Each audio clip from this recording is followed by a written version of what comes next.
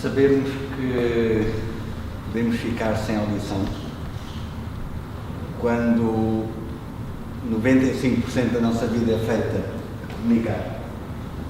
Sabemos que afinal poder ficar sem audição de um ouvido, afinal não é a história toda.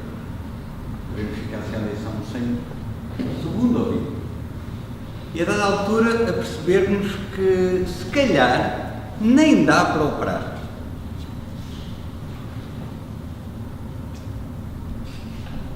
Depois de ter criado uma associação de apoio a doentes terminais, dei conta que se calhar tinha chegado o momento de aplicar aquilo que tinha andado a aprender e aquilo que tinha andado a ensinar pessoas a morrer bem ou a lidar com desafios bem.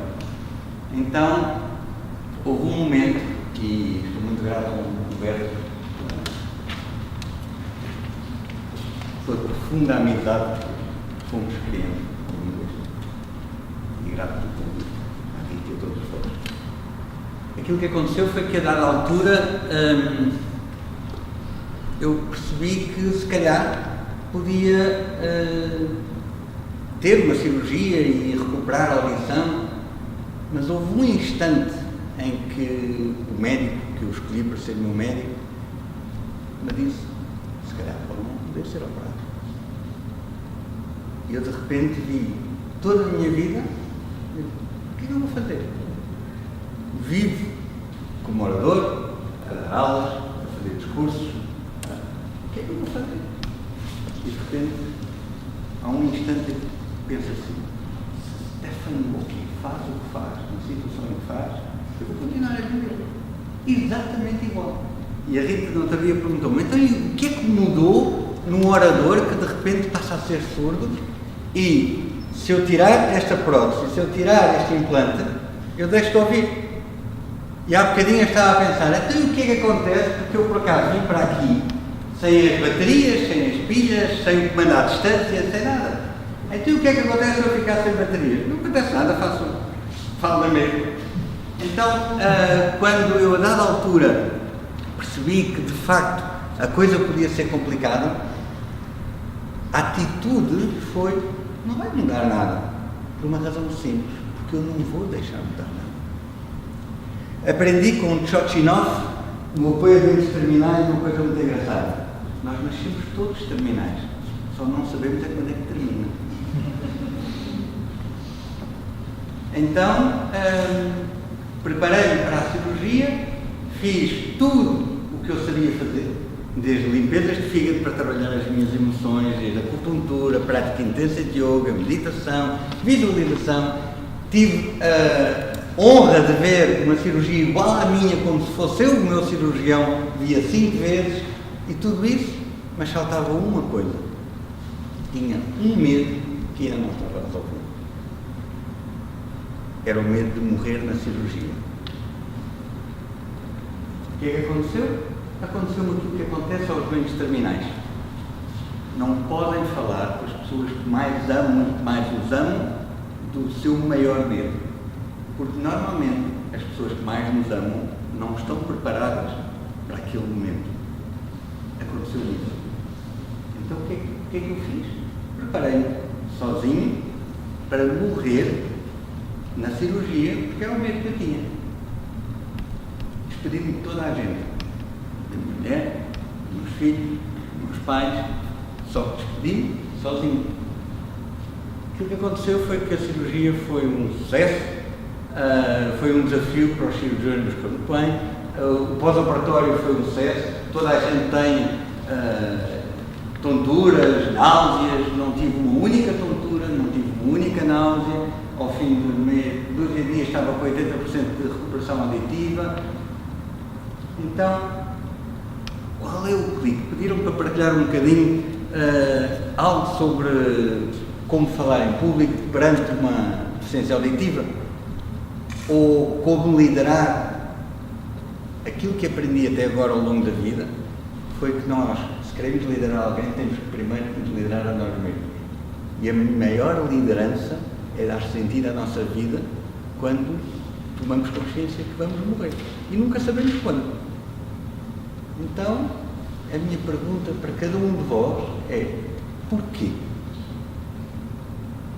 Alguma vez pensaram porque é que fazem aquilo que fazem? Porquê?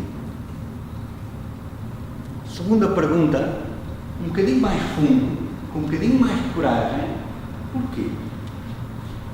Trabalho para casa, um bocadinho mais fundo. Terceira pergunta: porquê?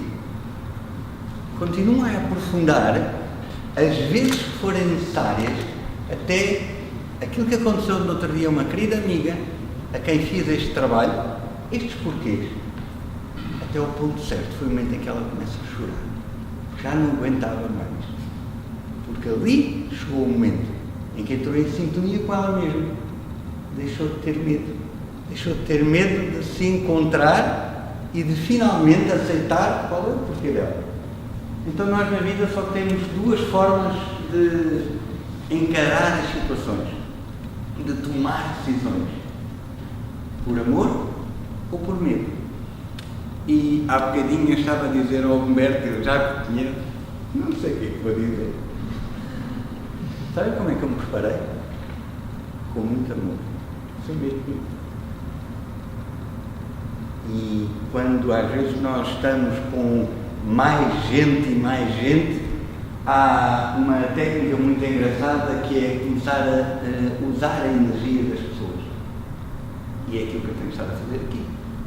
Tenho estado a conectar com cada um de vós e a beber de cada um de vós aquilo que tenho para me dar. E quanto mais me derem, mais vos dou. Quanto mais me derem, mais vos dou.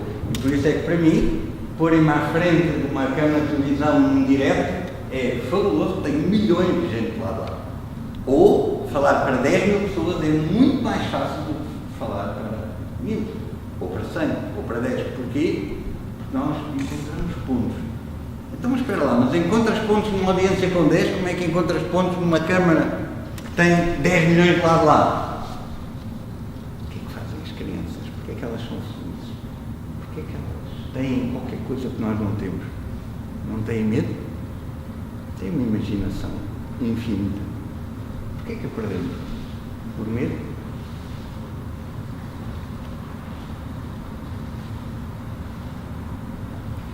Estou disponível para partilhar convosco aquilo que quiserem. Tenho apenas algo que gostava de deixar, que é: a maioria não tem razão. Se calhar este é o maior desafio da vida. Nós vivemos a vida a fazer aquilo que alguém acha que nós devemos fazer, com medo de sermos avaliados pelas pessoas que mais amamos, pelo nosso superior, pelo nosso colega. Medo. E às vezes temos que chegar ao final da vida para olhar para trás e dizer: não fiz o que devia fazer. Mas eu já vi pessoas a morrerem e ser um momento de poesia. Porquê?